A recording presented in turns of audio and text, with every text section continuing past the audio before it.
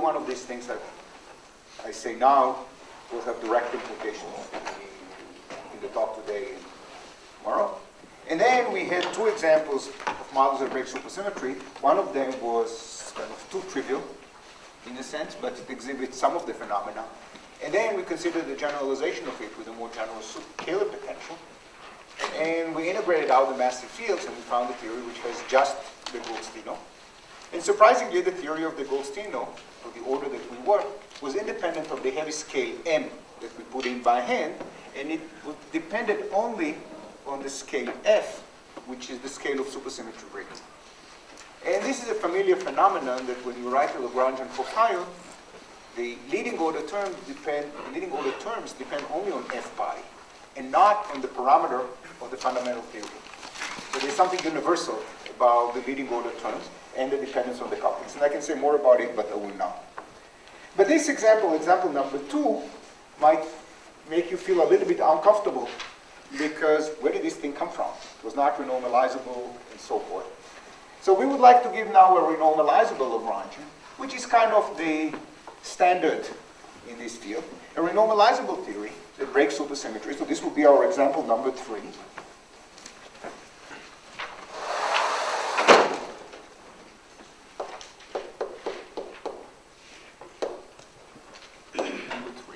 And its claim to fame is that it is renormalizable, unlike example number 2, which was not renormalizable. And this is the O'Rafferty model. And the most difficult thing about the O'Rafferty model is to be able to spell the name.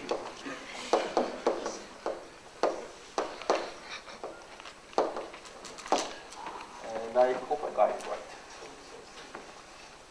Okay, so now that we passed this hurdle, everything else is easy. We just write a superpotential. So we have 3 chiral superfields, canonical kinetic term, such that the theory is renormalizable. And we take a superpotential, which would be h over 2 x phi 1 squared plus m phi 1 phi 2 plus fx. So if we ignore phi 1 and phi 2, and so we set them to 0, phi 1 and phi 2, then this is example number 1. So let's first show that this model breaks supersymmetry. So this is a good exercise. We look for stationary points of the superpotential, and there aren't any. The potential is the sum of squares of the derivatives of the superpotential. So let's look at the various derivatives. We have w phi 1 is hx phi 1 plus m phi 2, and w sub x is h over 2 phi 1 squared plus f, and w phi 2 is m phi 1. So if we want to set this to 0, phi 1 is 0, but that's incompatible with this equation. So there's a conflict between these two equations, and therefore supersymmetry is broken. This theory has a flat direction. So let's write the potential. The potential is the sum of square of these. And although there is a conflict between this equation and that equation, we can't set both to 0. But whatever you do with phi 1, you can always set this thing to 0. Hope I got it right. Yeah, you can always set this thing to 0 by solving for phi 2. So hold phi 1 and x where they are, and you can always lower the energy by setting phi 2 equal to this thing. So we solve for phi 2. And now we have a potential, which is just this square plus this square. And this is a very simple, very general phenomenon that in theories which break supersymmetry, and I think Michael Dine will have more to say about that in his talk, theories which break supersymmetry typically have flat directions. Directions in field space, along which the potential is constant. And in this case, we can parameterize it by x. So phi 2 will be set such that this thing is 0. In phi 1, we set either this or that to 0, or maybe a combination of them, but x would be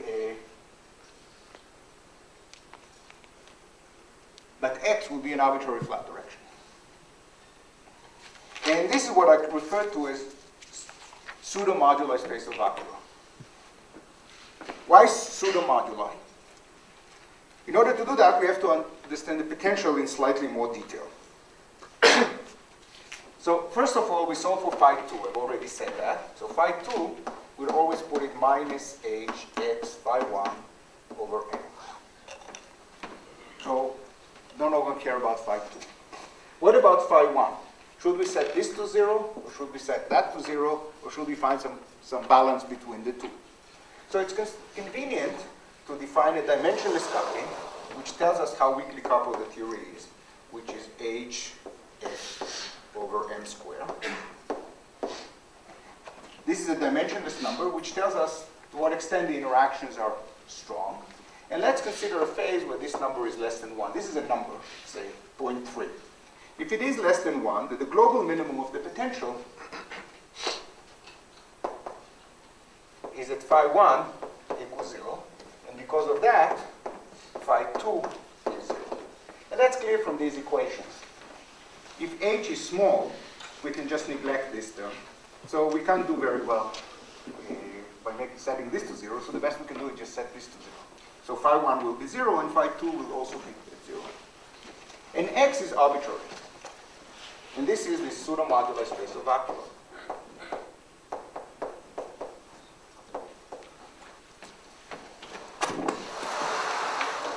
So the potential looks like this. Sir. Your microphone? Oh. This has no effect on the quality of the physics I described. So this is the potential. V equals x squared, coming just from the first term. And this is it. So there's a massless particle, x. And now we can ask ourselves, what is the low energy effective Lagrangian? The low energy effective Lagrangian is precisely our example number 1. So example number 1 was not randomly chosen. In fact, it's very generic. And here is an example of a renormalizable theory, which at low energy looks like example number 1. But this is true only at tree level. I emphasized when we discussed example number 1 that these flat directions are called pseudomoduli.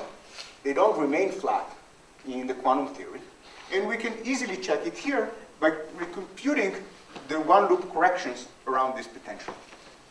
Now, when we come to one-loop potential, we are already armed with the normal normalization theorem from yesterday. The subpotential is not corrected, but the Kähler potential can be corrected. And if the Kähler potential is corrected, it can give a shape to the potential. Very much like in example number 2, right? So how do we compute the one-loop correction? So classically, V effective is f squared. And the low energy theory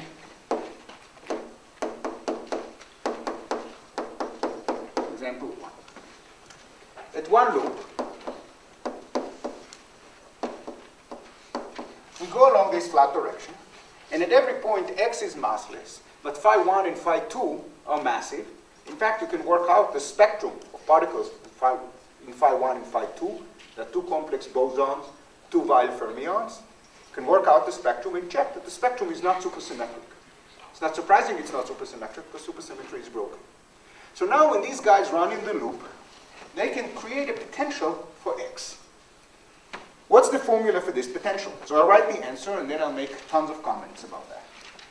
So V one loop equals 1 over 64. I'm really careful about the pi's here. Pi square.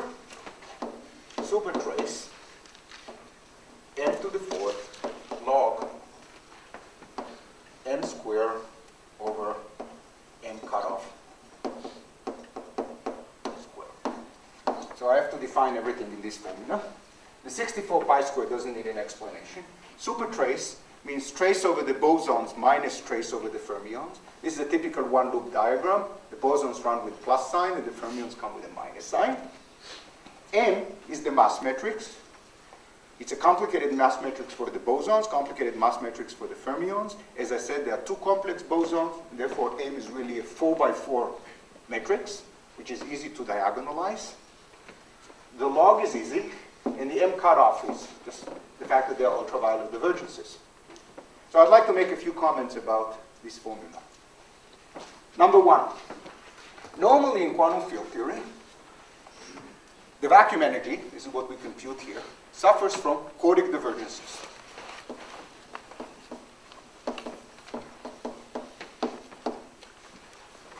This on dimensional grounds. And the thing that multiplies it is very simple. It's very simple because it is insensitive to the details of the theory. It doesn't matter what the masses of the particles are, because this is the thing which is most dominant in the UV. And what's dominant in the UV is what particles we have. Whether they are heavy or light makes no difference, because we are at energies which are way above their mass. So this multiplies some pi's and stuff, and the number of bosons minus the number of fermions. So independent of what the masses are, in this theory, the number of bosons equals the number of fermions, and therefore they cancel. More intuitively, our supersymmetry here is a good symmetry of the theory, but not a good symmetry of the vacuum. So at very high energies, supersymmetry is restored. An observer at very short distances doesn't care that there's an F and M, all these dimensionful parameters in the superpotential. They're totally negligible at high energy, and the theory, supersymmetry is restored. So at very high energy, no cutoff to the void. The next thing that can happen is M cutoff square. This is a little bit more interesting because it has dimension 2, so it has to multiply something with dimension 2. And the thing it multiplies, so there are various factors, but it must be the supertrace, because bosons and fermions still come with different signs. So this thing multiplies supertrace of 1, and this should multiply the supertrace of this mass square. So this way it's dimensionally correct. And there are pi's and stuff that I don't pay attention to. And the reason I don't is that you can check that the supertrace, this is the formula, we have formula for the masses, and the supertrace, sum of the mass of the bosons minus the sum of masses of fermions, exactly vanishes here. And I leave it as an exercise for you to do. In fact, this is a general result whenever we have a canonical Kähler potential in any superpotential, doesn't matter what it is, the supertrace of the mass square is 0. The bosons and fermions cancel. And again, this is a sign that at very high energy, supersymmetry is restored. So the worst thing that can happen is renormalization of 1. This cannot happen because of supersymmetry. This is this thing. And the next thing that can happen is renormalization, which is proportional to mass square, so the cutoff square. And this is also absent because of supersymmetry. And this is, again, a generic phenomenon in supersymmetric theories, typically, but I really emphasize not always, but typically there are no quadratic divergences. And there are known examples where people messed up because they felt, there are no quadratic divergences, they set it to 0, but in fact there are quadratic divergences. And then there's a question how to interpret them. These two cancellations are at the heart of the interest in supersymmetry. So the heart of the interest of supersymmetry is for two reasons. One is that the superpotential is not renormalized. And the second one, which is almost equivalent, is that there are no power divergences, the first approximation. So hierarchies are stable. And just as Matt said it yesterday, I think you should pay attention. I'm writing down questions asked. Oh, I thought you were taking notes. Oh, by the way, yesterday I looked at Matt's lecture notes from TASI, and I should add that to the list of references, especially for the second half of my lectures. They're very good.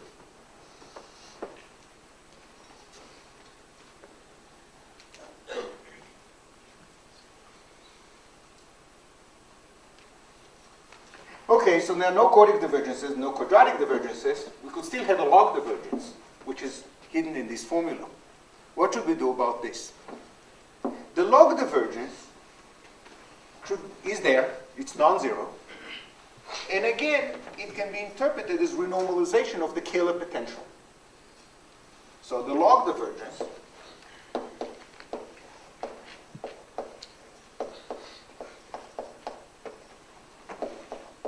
is renormalization of the Kähler potential. And as was emphasized by one of the questions yesterday, we can perform this wave function renormalization and move the renormalization from the Kähler potential into the superpotential. In this case, it will be F. So this log divergence can be absorbed in a redefinition of what we mean by F. At one loop, the value of F is corrected, but only logarithmically, so it's not too dramatic. And that's what it is. So we can either interpret it as renormalization of K, i.e. wave function renormalization,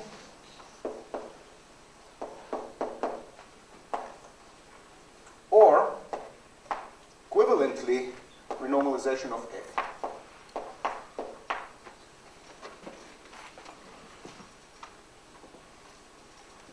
The next comment I want to make about this thing is that we are somewhere along this flat direction as a function of x. This gives us a potential V effective of x. So V effective of x, this is a tree, this is the one loop. So V effective started its life as a constant, f squared. And then at one loop, we find a potential. So the global minimum of the system is really at the origin. And now we ask ourselves, how can we describe this system with an effective Lagrangian? Way number one, imagine this parameter y is very small. That means that h is very small, or f over m squared is very small. In this case, this formula simplifies, and we can describe it as correction to the Kähler potential. So for y much less than 1, k started its life as x squared, receives a one-loop correction, which actually has a minus sign, and is roughly x to the 4th, some coefficient here. Have we seen this example before? Yes, this was our example number 2. So at tree level, the O'Rafferty model, the low energy approximation of the O'Rafferty model, coincides with our example number 1. And at one loop, it coincides with our example number 2. Again, highlighting that these two examples were not random. Is the sign determined by unitary? It's hard to tell here because the model is completely well defined. In general, the answer is no. One can construct examples where the minimum is not at x equals 0. We can change this model in such a way that one loop, the global minimum of the potential, will not be at x equals 0. This is actually something of recent years because I always had the prejudice that this is always the case until David Shee proved me wrong, and I think Michael is going to describe that. Are you going to? Yeah, I am, but you're welcome to. I don't know, I don't understand it well enough, so maybe you should. So it's not just from unitality, it depends on the charges and so forth. The simplest thing you write down turned out to give this behavior. So this was another comment. And the last comment I want to make about it is perhaps the most confusing one. So we see that for y much less than 1, we can describe it by this k, and this is the same as example number 2. The same is true for x much bigger than 1, as the x going to infinity. There's also some way of describing it with some k effective, which goes roughly like x squared log x squared. Again, at very large x, we explore what happens at very high energies, and the log of the cutoff here translates into a log of this log x. So the potential at high energies goes like log x. So here, for any h, and here, for small coupling, we can describe it by an effective Kähler potential. However, this full formula cannot be written in terms of an effective Kähler potential.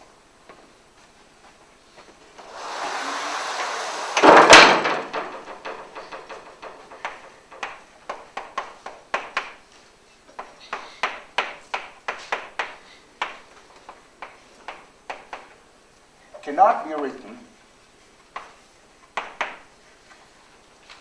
expressed in terms of W effective equals Fx and some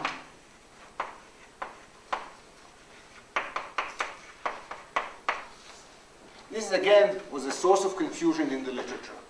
On one hand, we have an effective theory. It's supersymmetric, which would describe it by a superpotential and a Kähler potential. On the other hand, we have an explicit formula at one loop. This formula, in its simplest version, first appeared was written down by Korman and Weinberg. Before this is the other Weinberg, long before supersymmetry was that interesting. And this formula, this m to the fourth log m squared, cannot be written in terms of a Kähler potential and a superpotential. And you can work it out. The expressions are also in the literature and in the references I gave you. And you can easily convince yourself that that's not true, except at small x and small y, or at large x. How can that be? How can it be that the effective Lagrangian cannot be written in terms of W effective and K effective? Well, there was some fine print. When I wrote the effective Lagrangian as anything with K and F and W, that was yesterday, I emphasized that this formula is correct to leading order in the number of derivatives. And in ordinary field theories, that's good enough in order to describe the long momentum physics. So in a standard renormalization group picture, standard Wilsonian picture, we go to extremely low energies, we expand in powers of derivatives, and we write some effective potential and maybe some effective kinetic terms which tell us how things change. So that looks good, so there's nothing wrong with that. But that's not true in supersymmetric theories. In supersymmetric theories, we do not expand in the number of derivatives, but we expand in the number of covariant derivatives. If you wish, there are derivatives in the x direction, little x space, and there are also derivatives in the theta direction, along the odd directions. When are they important? They are not important at all when supersymmetry is unbroken. When supersymmetry is unbroken, all the auxiliary fields don't have a wave, so we can expand in them, they're small. But when supersymmetry is broken, as is the case here, the expansion in the auxiliary fields is not justified. And the effective Lagrangian, written in components, adds the big F sub x squared plus dot dot dot, but there is nothing to stop us from writing f to the fourth plus dot dot dot. This has no ordinary derivatives. And that's why in the standard Wilsonian description of the effective Lagrangian, we should keep it. But it came from terms with more covariant derivatives.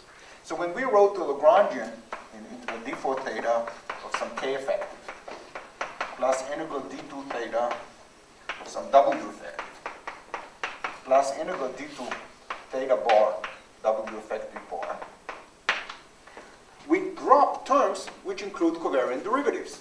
Here we have the field x, so we drop terms, for example, I'm just making it up, so this term might not be the correct thing, dx absolute value square, d bar x absolute value to the 10th, whatever, square, x to the 5th, to the 6th, for example. And this would be the other quotation.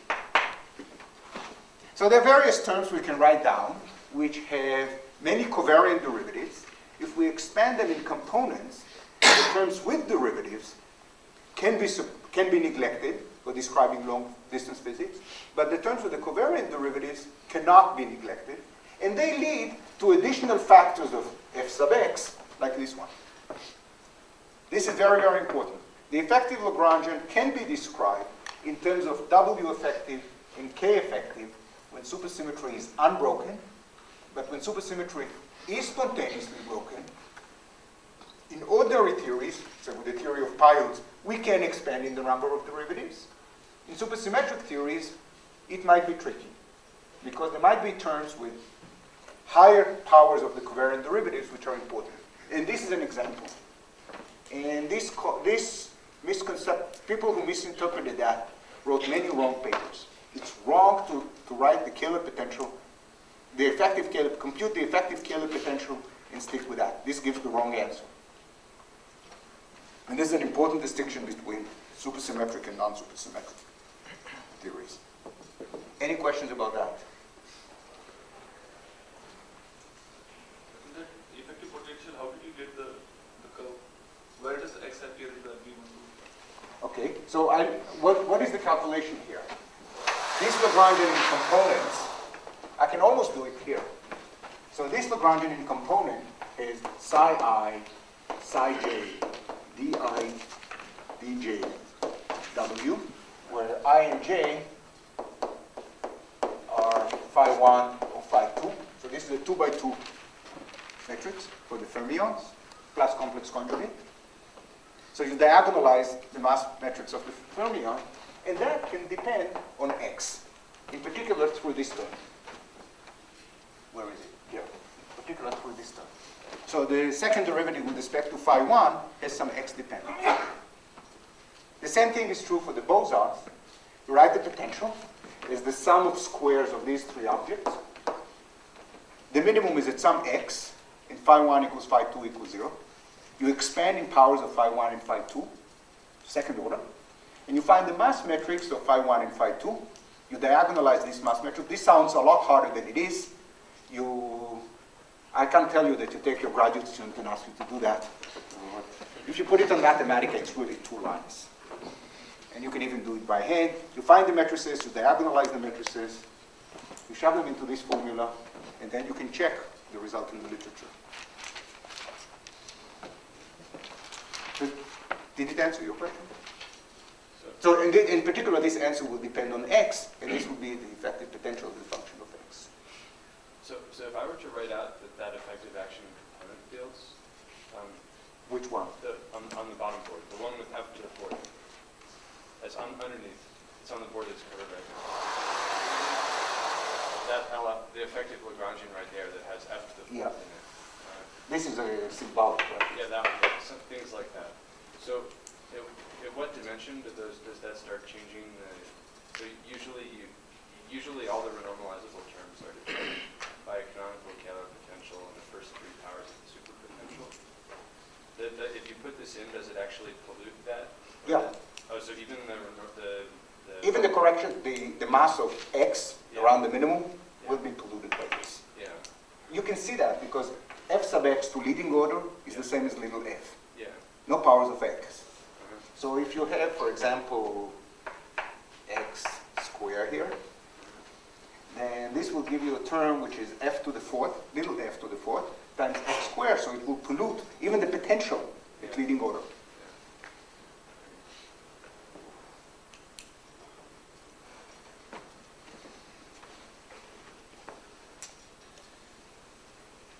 Now, these examples, 1, 2, and 3, that I had, are really good to keep in mind because they turn out to be very generic. And a lot of the properties that I emphasize in these 3 examples, with increasing degree of complexity, these comments will be relevant in far more sophisticated models that I might or might not have time to discuss here. But when you learn more advanced things, you will see that they are there. The existence of pseudomoduli. The fact that the pseudomoduli are lifted by one loop. The fact that the effective Lagrangian at low energies in many examples looks just like example number 2. These things are very, very generic. So that's why I picked that presentation. So I'm going to move to a slightly different topic, but still in the same context. So we have in mind a situation where we have a theory at short distance, and somehow it generates some effective potential, effective superpotential and effective Kähler potential. And we ask ourselves, does this theory break supersymmetry? So we would like some general criteria for when supersymmetry is spontaneously broken. It's very easy to write supersymmetric Lagrangians. There are tons of them. Most of them don't break supersymmetry. So we would like some criteria that will allow us to easily check whether supersymmetry is broken or not. For phenomenology or model building, this is important, as I'll emphasize later, and I think Michael will stress it even more. We want to build in, one of the building blocks of a model is a sector that breaks supersymmetry. So if you wake up one morning, inside this day I'm going to write down the model of the universe. So you ask, what am I going to write for the sector that breaks supersymmetry? Well, we need a theory that breaks supersymmetry, and we look for criteria to do that. Now, there isn't a general answer to this question. This question has been bothering people for many years, and we have some guidelines and some partial answers. So I'll give you now one of the partial answers, which assumes a lot of stuff, but it's still worth it. So we start at short distance with some gauge theory or superpotential, Wezumino model, or what have you. We flow to the infrared, and we assume that in the infrared, we have a supersymmetric Lagrangian, where supersymmetry is linearly realized, and it has some K effective.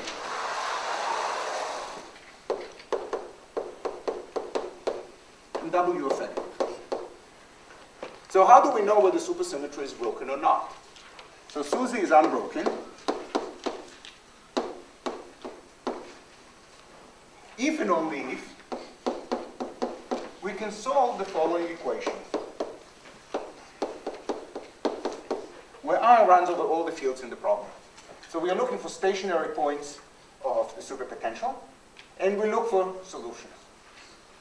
Now, if you just write down the function, take any W effective, function of 17 variables, very complicated. Look at these. These are 17 equations for 17 unknowns. And although in practice it might be hard to solve it, these are nice equations. So typically there's a solution. So these are in general n equations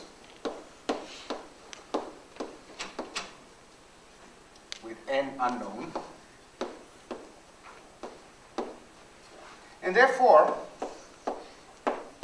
solutions exist.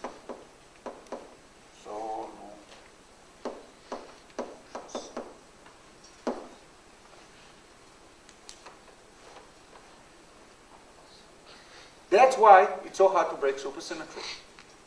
If you just write any superpotential, any polynomial in phi 1, phi 2, phi 3, phi 4, etc., polynomial or not even a polynomial, any function which is locally smooth, these are n equations for n unknowns, so there's a solution. How can this be different? It turns out that this could be different in only in two ways.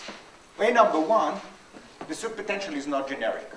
N equations with n unknowns could fail to have solutions if the coefficients are carefully chosen. This happens when some of the solutions just run off to infinity. So way number one is W is not generic.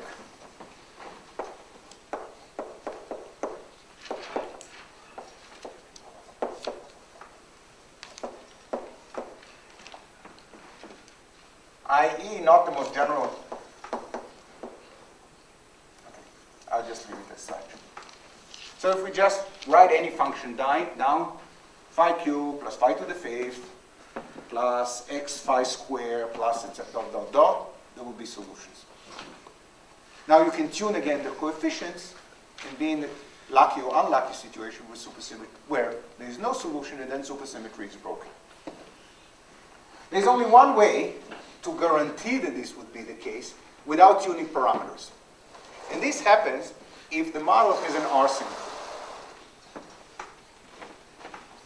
W is not generic, can have SUSY. There's an alternative. Imagine the theory has an R symmetry, under which the fields phi I carry charges R charge Ri. That means that when we rotate by the R symmetry transformation, phi I is rotated by e to the I Ri alpha, and theta is also rotated by e to the I alpha. That's what an R symmetry is. That's explained in the first half of Wesson-Bagger, which you assured me you all mastered. So now I'm going to use the same technique I used to constrain the effective superpotential in the Wezumino model when we studied renormalization. What did we do? We imposed all the symmetries and found effective variables with respect to symmetry. So imagine phi 1 carries charge R1, and imagine it's not 0. So we want W effective to have R charge 2. That's easy. I'll just raise phi 1 to the power R1, 2 to the 2 over R1. This object has R charge 2. And by doing that, we have saturated the R charge that we need for the superpotential. And what's the dependence on the other fields? The other fields, according labeled by ZA, A runs from 2 to N, which is defined to be phi A over phi 1 to the RA over R1. Notice that this combination has R charge 0, because the numerator has R charge RA, and the denominator has also R charge RA. So these n minus 1 variables are invariant coordinates, and therefore we describe field space, we break field space into phi 1, which carries R charge, and the other variables are R invariant. So by doing that, we have used all the information in the fact that W effective must have R charge 2, and it's R invariant. So now let's look at the different equations we have. The equation for dA is phi 1 to the 2 over R1 d by dZA of F, dA of W. And di equals 1 of W, get a term from here and a term from here, so we'll get two terms. One is when we differentiate this, the other when we differentiate that. How many unknowns do we have in this equation? Only the z's. How many equations do we have here? N equations. So altogether, if we set all these to 0, so this tells us that f equals 0, and this tells us that certain derivative of f is 0. Right? Should I do it more explicitly? I'll do it more explicitly.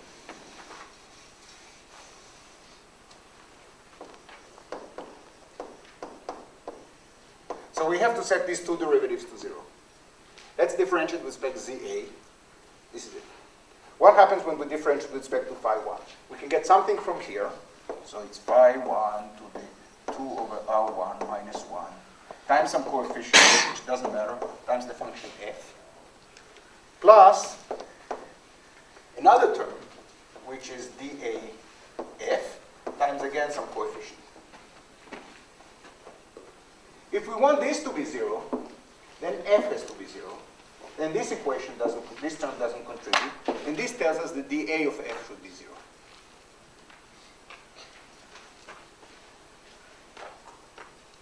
Sorry, said it wrong. If we want this to be 0, we want these objects to be 0. And therefore this doesn't contribute, and therefore f should vanish. Sorry for being too sleepy, so I'll say it again. We pick coordinates on the space of fields, ZA, which are R invariant, and phi 1. And let's assume that phi 1 is not 0 at the minimum.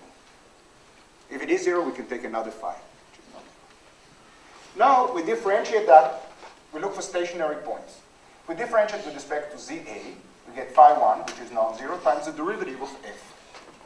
So this tells us that dA of f should be 0 from this equation. And then when we differentiate with respect to phi 1, we have two terms. Either we differentiate this or we differentiate that. When we differentiate the second term, we get 0 by the first equation.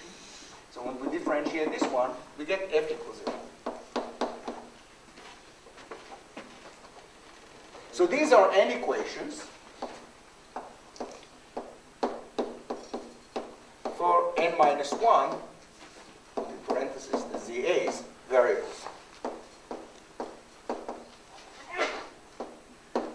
So generically, there is no solution.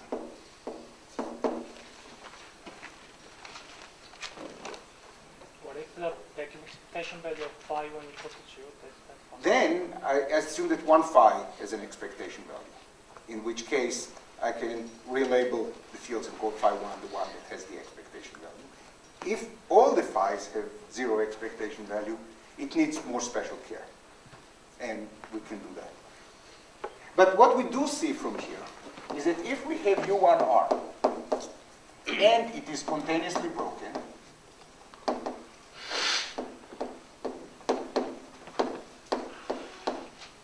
and I add this assumption of spontaneous breaking in order to address your question. U1R is spontaneously broken, so some phi which carries R charge has a non-zero expectation value. In this case, supersymmetry is generically broken.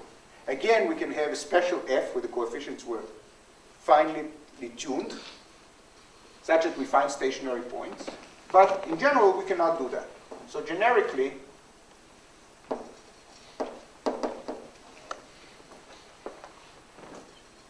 SUSY is broken.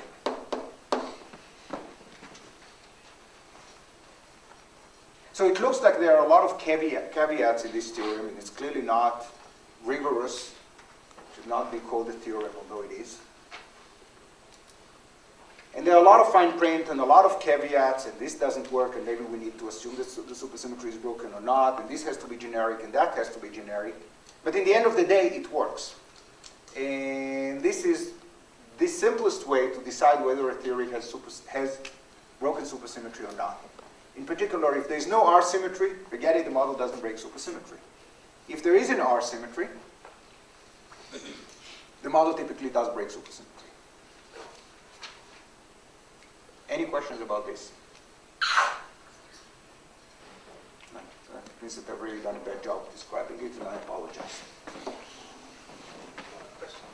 Thank you. So we can always make a particular choice of F such that, again, we have solution for this set of equations. So whether this particular method works depends again on the form of the superpotential that I. That's right, but I assume it's generic. So imagine you tuned F to be very special, and you found the minimum. Okay. Now, change the parameters a little bit, and this whole structure will disappear. Now, what do we have in mind? We have in mind a nice simple theory of short distance, some gauge theory. SUN gauge theory with some quarks and some representation. No parameter to tune. Now we go to the infrared. Now it is a fact of life about quantum field theory that the effective Lagrangian at low energies is generic. The only examples where the low energy effective Lagrangian is not generic are when there is a symmetry, and then we just call it generic, or when there is supersymmetry. So if you have no supersymmetry, every term that is allowed by the symmetries is there, and it's basically determined by one-dimensional grounds. If its coefficient is 1.9 or 1.7, this is something for the lattice people to figure out. This is an explicit computation coming from short distance to long distance. But the term is there. If a certain term is not there, or if two couplings, which are arbitrary, turn out to be the same, then you immediately ask yourself, how did this happen? And that comes under the name of non-generic, unnatural, and so forth. There are many adjectives which come with that. Now, supersymmetric theory appears to be different because of the non-renormalization theorem. Terms which are allowed by the symmetry are not generated. So you could say, the superpotential is not generic. But the modern understanding of the superpotential, which I presented yesterday, shows that it is generic. Supersymmetric theories are not any different than ordinary field theories. And all the magic of supersymmetry is not that they're not generic. They are generic subject to other rules which are really understood. And the statement is that once something is allowed by the three rules I presented yesterday, it is generated. Any term which is invariant under the symmetries, holomorphic, and respects all the symmetries, is there. We don't know any counterexample to that. So it's not that supersymmetric is magical in the sense that some couplings in a complicated theory turn out to vanish and we are in shock. That's not the proper interpretation. The proper interpretation is that we were in shock that things vanished when we didn't understand what was going on. There are simple rules which determine when things vanish. And in particular, this doesn't invalidate this. Could you add additional symmetries to break this? Like, so that it's not, I guess, not generic? No, you cannot. This thing about symmetries, I used all the symmetries in the R symmetry. So I'll give you an exercise. Imagine the theory has not an R symmetry, but an ordinary symmetry. Imagine there is an ordinary U1 symmetry. So all the fields phi I have charges qi, where qi is an ordinary symmetry. The superpotential is constrained. And again, we can go to invariant coordinates on the space of fields, phi 1, which carries charge, and ZAs, which are neutral under this symmetry. Write the superpotential and show that this doesn't help. Supersymmetry is unbroken. Just having a U1 symmetry, or SUN for that matter, does not change it. The only thing that changes it is if there's an R symmetry. But this is an exercise which, again, the answer can be found in the literature. In that case, we don't have that pre-phi potential? Sorry? In that case, we don't have that pre-phi? Yep, it's exactly. The difference is that we don't have this prefactor. Otherwise, it's the same. But if we don't have this prefactor, we don't have this equation. So again, we have n minus 1 equations with n minus 1 unknown. And now you have one less exercise to solve. And I should thank this gentleman. Where are you from? Stonebrook? I think you told me that before. Yeah. Yeah, it's a sign of me getting old. Now, we might not like this R symmetry for a variety of reasons. Some of them Michael might describe. The theory has an R symmetry, and the R symmetry is broken. There is an unacceptable Goldstone boson in the spectrum. We don't see it experimentally, so we don't like that. The second thing we might not like is that if the R symmetry is there, but it's not broken, then gauginos typically do not get a mass. There are various mechanisms. Every one of the sentences I say here, there's some fine print, which makes it true only in 90% of the cases. But we're not lawyers here, so we'll just proceed ignoring the fine print. Although the correct model of nature could be buried in this fine print. So we don't like this R symmetry. Typically, the R symmetry is also broken by gravitational effects. A theory of gravity cannot have global continuous symmetry, and therefore there shouldn't be such an R symmetry. There might be such an accidental symmetry, approximate symmetry at low energies, but not in the complete theory. So we should ask ourselves, what happens if the R symmetry is there, approximately, and it's slightly broken? And I emphasize that this is what we would really like in nature. In nature, we would like an approximate, we would like the R symmetry in order to break supersymmetry. But on the other hand, we would like the R symmetry to be only an approximate symmetry, not exact. So the one-line summary of this discussion here, and again, ignoring all the fine print and the genericity, etc., etc. So if you want just a one-line summary which covers most cases, SUSY is broken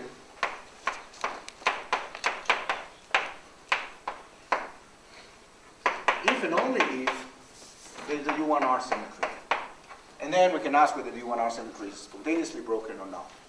So now we take a Lagrangian, which is a linear combination of two terms.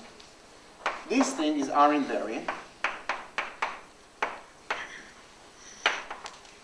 And this one breaks U1R. And this is really the situation we're interested in. We have an approximate U1R symmetry. The U1R symmetry is exact. The R symmetry could or could not be broken, might or might not be broken. Then supersymmetry is broken. And now we'd like to perturb the system a little bit and find what happens when the supersymmetry, when the R symmetry is approximate. So we think of epsilon as being much less than 1, and we expand it. Question, so L1 is explicitly or? This is explicit breaking. Thank you.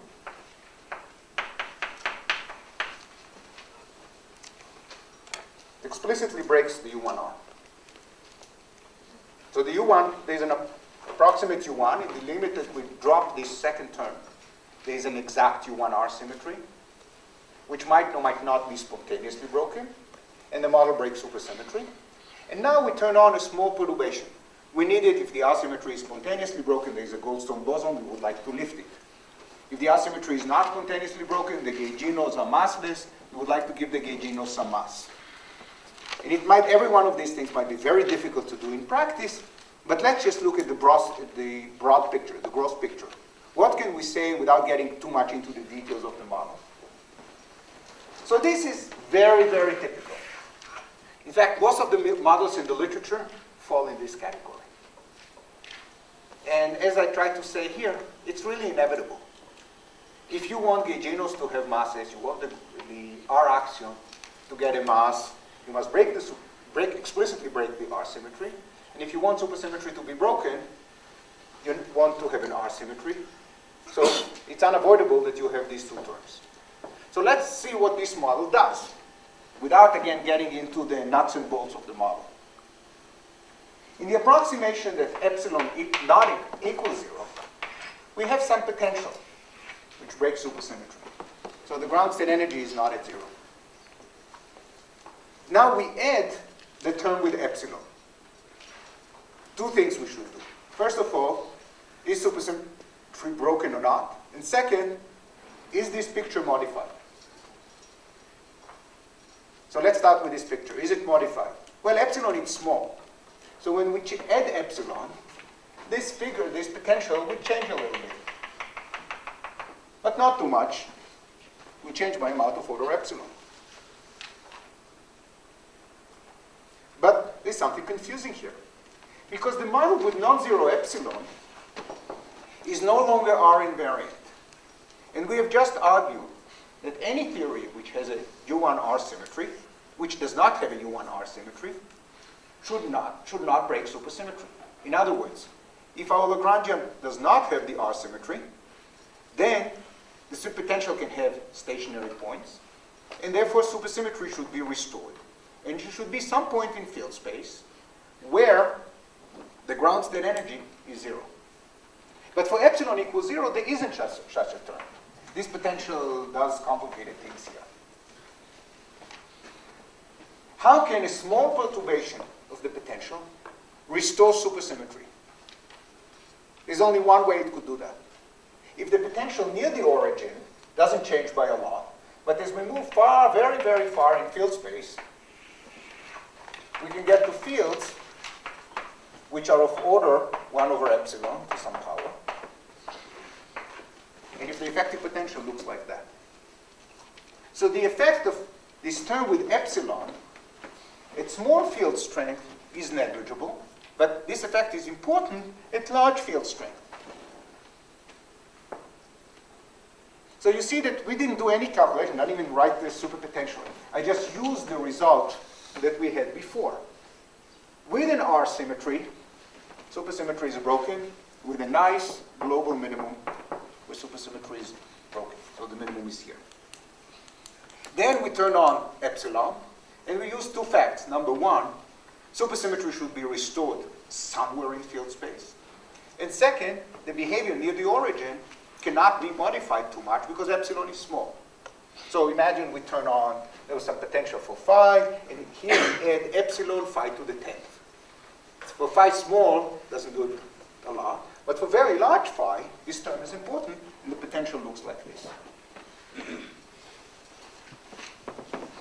What have we found?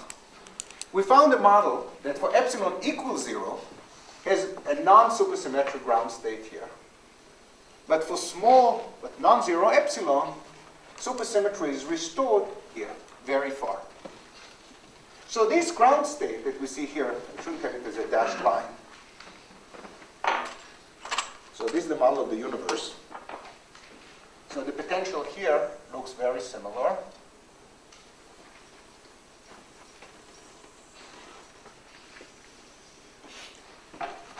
So the true ground state of the system is here, a very large field strength. And it is supersymmetric. But the theory has an approximate ground state here. Approximate in the sense that it is a metastable state. So what we have here is a SUSY vacuum. And here we have, this is now the true ground, the metastable ground state.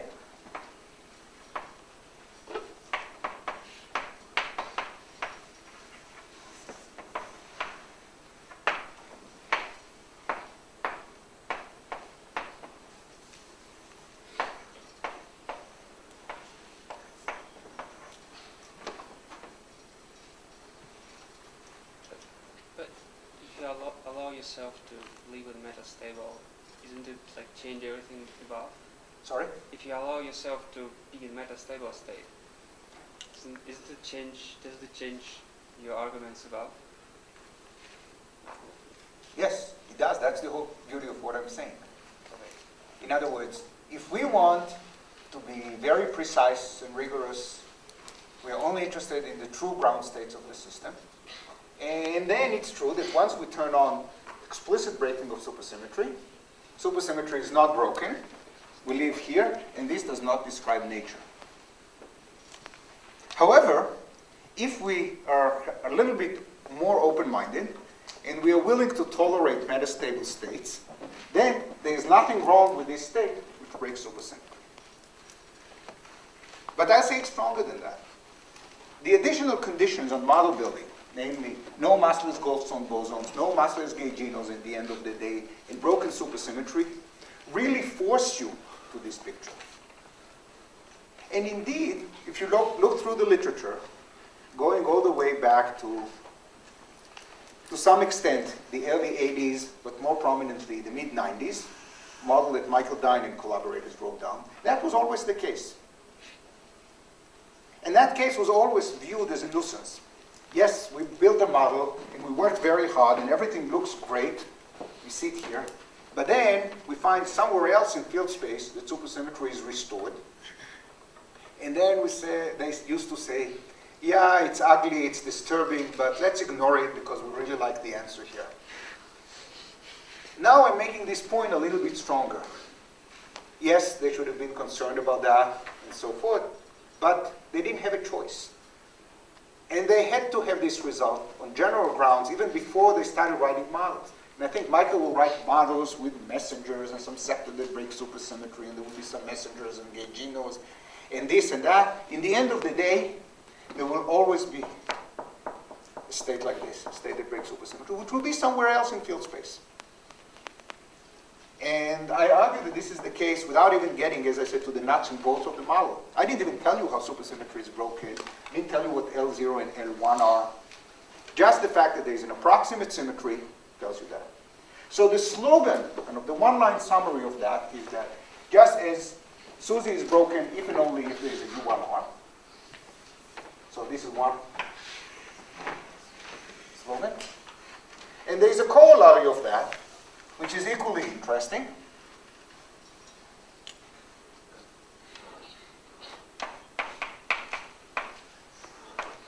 Approximate U1R, this is what we had here, is metastable SUSY breaking.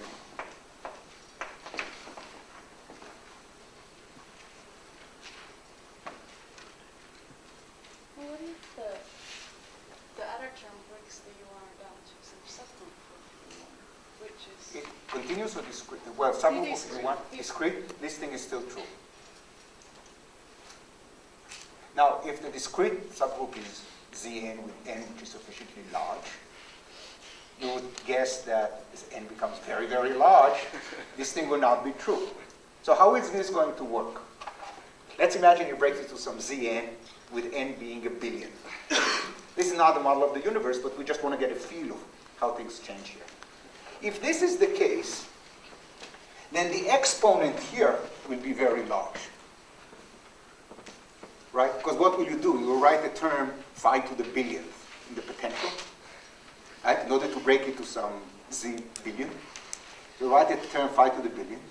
And then, in order to balance epsilon phi to the billionth with the various terms, say phi to the fourth, you will have to raise epsilon. Phi will have to be of order 1 over sorry, this whole thing will have to be at order of billion. So this power here will have to be, what did I say? Yeah. So it will have to be very, very far in field space. So the way this system works is that if epsilon goes to 0, or the n of your Zn, so if n goes to infinity or epsilon goes to 0, we basically restore the U1R symmetry. And the way it happens is that this feature in the potential slides very far. And by doing that, it makes the state here longer lived. So as epsilon becomes small, or as the symmetry is closer to U1, the metastable here, metastable state here, is more long-lived. People usually say more metastable, but I never understood what more metastable means. They really mean more stable, not more metastable. It's like more average. Do the problems come back then? Sorry? Do the problems come back then? Like you had a problem with the massless Gaussian box. In that case, no. That one will get is Oh, that- in that case, yeah. It's If like- epsilon is very small, then for example, if you want the mass for the Goldstino, sorry, for the Goldstone boson, or the mass of the gauginos will go to 0. So the problems will come back. So, but there's an interplay here, and the minor might not be a way of, but this gets into the more detailed structure of the theory. Will epsilon of 1/10 be good enough for this and yet be? All I'm saying is that we need an epsilon, it has to be parametrically small, some units, and it should not be exactly 0. So there should be an approximate U1. So my picture of the model of the universe, just on what we said, has to be supersymmetric at short distance. There has to be an approximate U1R symmetry, but the U1R symmetry should not be exact. And as a consequence of that, we live in a metastable state. So you might view that as a depressing conclusion, but this is what Leak logic said. Now it might be, I said that I'm not going to talk much about phenomenology. I leave it to Michael and maybe Matt will talk about experimental signatures. One option is that supersymmetry is not there. But if you want to be within this framework of low energy supersymmetry, then we can cut through all this chain of reasoning and all the fine print, etc. If you want supersymmetry, I think this conclusion stands. We must be living in a metastable state. More questions? Yes? One thing that's confusing me is that your argument appeared to be a local, right? So the argument for not having a supersymmetric vacuum unless there's an R symmetry, right? So wouldn't that rule out a metastable state also? The argument just depended on local equations. I don't understand the question. The argument has two sides. One is, consider a model which has an exact R symmetry. Yes. I don't care where it came from and whether you like it or not. So somebody hands you a model. Then I claim supersymmetry is broken. There's at least one stable ground state with non-zero energy. Now we tweak it a little bit and we add some terms. So now we have a model that explicitly breaks the R symmetry. There are various high dimension operators that break the R symmetry. And it might be difficult to find them explicitly, or it might be easy, depending on what the model is. Since it's small correction, it doesn't affect the answer here very much. But it will affect the answer here. Right, but the argument that you gave originally, right, seems to apply. Of course, you have this statement that it's only for the generic case. So are you saying that the metastable case is a non-generic case? No, it is generic. That's the whole point. It's perfectly generic. We start from a generic theory, which has an R symmetry, and now we add a small perturbation, and globally the answer is changed, because now we don't have the R symmetry. Globally in field space, because we find the ground state here. But locally in field space, the small perturbation cannot do much. Take your favorite model with an R symmetry and add epsilon phi to the 10th, which breaks the R symmetry. So for phi small, it changes the potential. But at large phi, you can produce such a minimum. This argument is real. If you think of it, we get a very detailed picture of the potential. Metastable state, which breaks supersymmetry, stable state, which preserves supersymmetry, without telling you anything about the model, except the fact that there is an approximate R symmetry. I didn't tell you how the R symmetry was broken. I didn't tell you how the model broke supersymmetry in the first place. But a very, very general consideration give you a somewhat detailed picture of what the effective potential looks like. Would you say a no-scale model in supergravity is non-generic? Absolutely. But it will not affect my argument. So I would say two things. Number one, no-scale models are non-generic, and in fact, I would say it should not be studied very much. And I can say more about that. What? I'll be fairer to the writer when you're gone.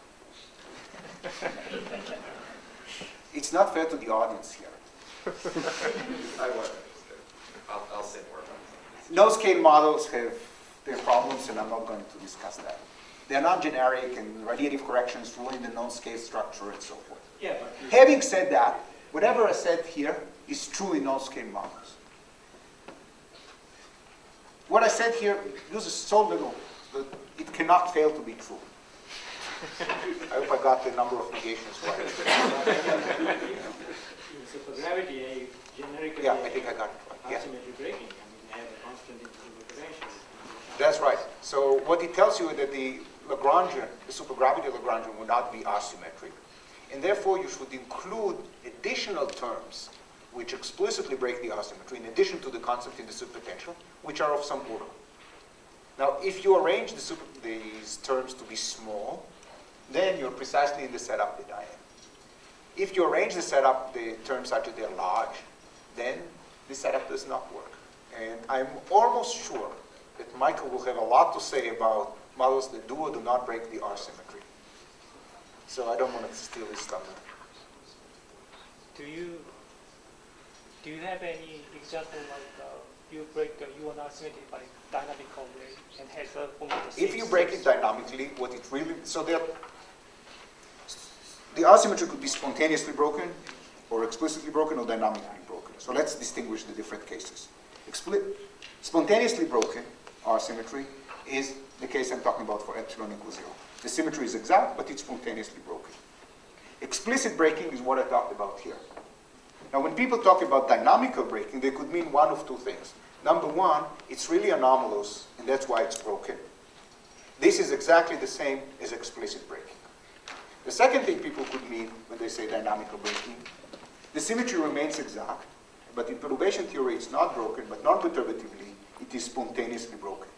Then it's exactly the same as spontaneous breaking. So the distinction here in this very general discussion is about asymmetry being exact, might or might not be spontaneously broken, and explicit breaking. Now, there's a whole discussion, which it looks less and less likely that I will get to, about dynamical effects.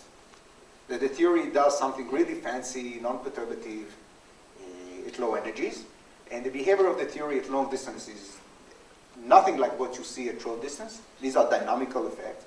And they might lead to spontaneous breaking or might not lead to spontaneous. This is a separate issue. But what I said here was very general. I don't care where this effective potential came from. Just that it has one piece which preserves supersymmetry. Sorry, it has one piece which preserves the asymmetry and a small perturbation which breaks it. One question. So, can you please remind me why do you assume that when epsilon is 0, R symmetry is spontaneously? Suppose, why don't we consider a case where it is not broken at all, R symmetry even spontaneously, and epsilon is equal to 0?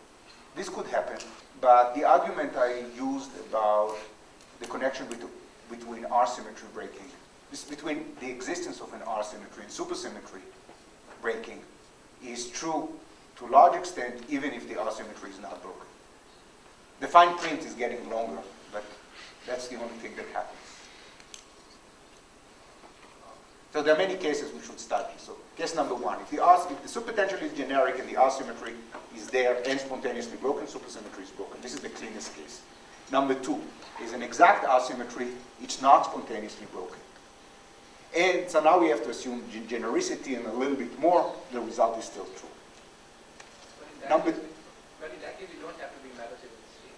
You can be The same thing is, now we are done with that. So to first approximation, ignoring all the fine print, if there is a U1R symmetry, supersymmetry is broken. If there is no U1R symmetry, supersymmetry is unbroken.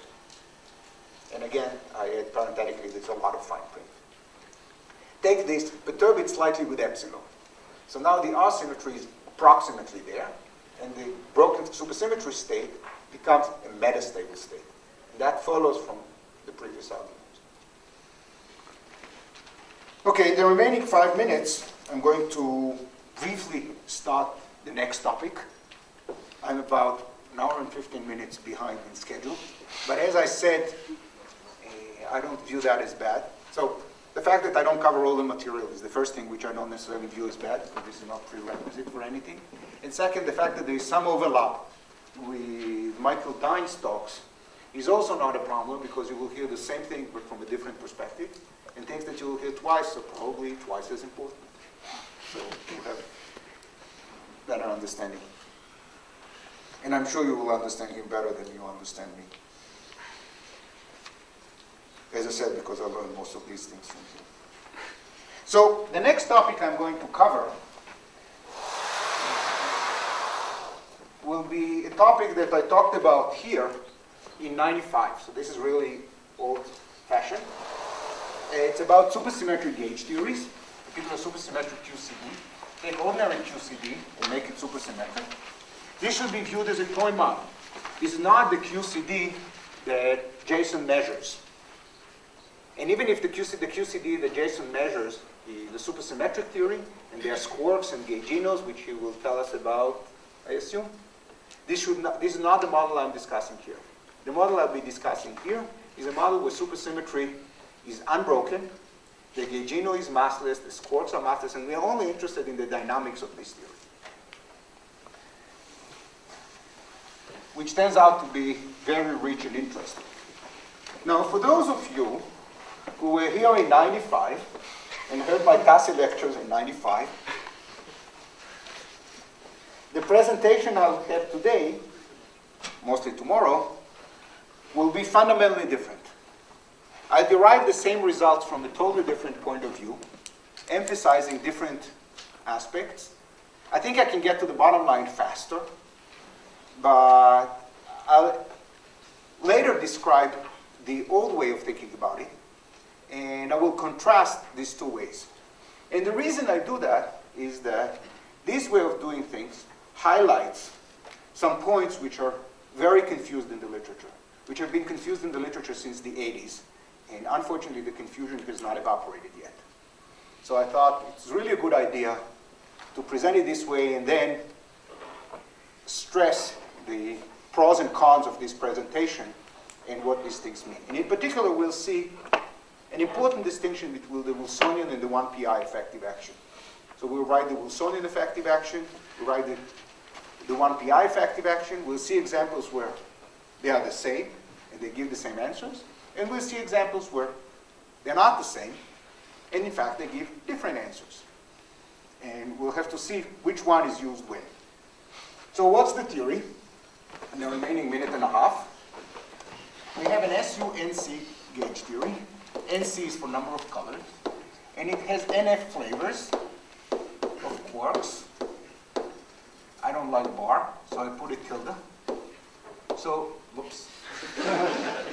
This is in the NC, the fundamental representation, and this is in the NC bar representation. So here I have to put the bar. So both Q and Q tildes are left-handed fields. Nothing is right-handed. All my fields are going to be left-handed. I'm using two-component notation. These are chiral superfields. All my superfields are chiral superfield. And when something is not chiral, or something is right-handed, it has a dagger next to it. It has the basic object, which is left-handed, chiral, etc., and it has a dagger.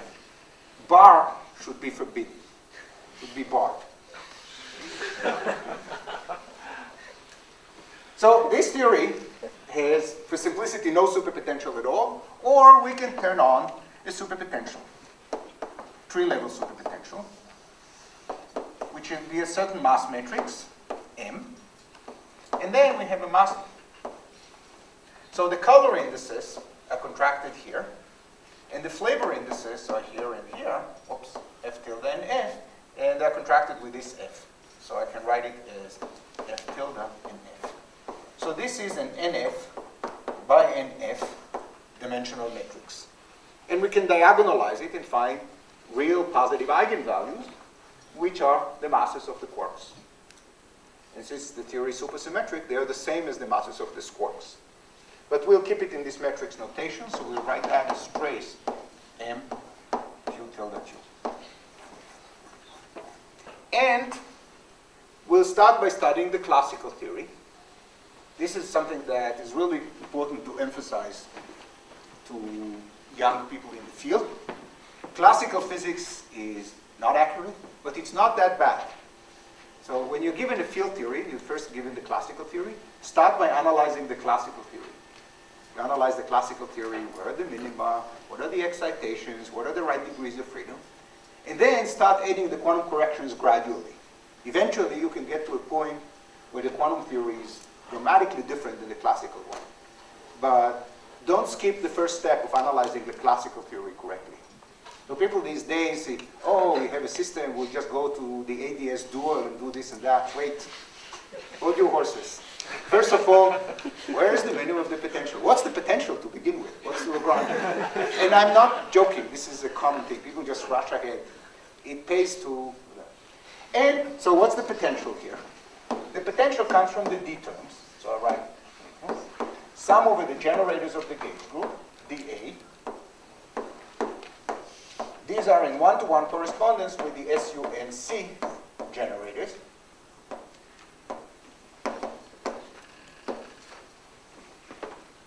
And every one of these dAs can be expressed in terms of the fundamental quarks.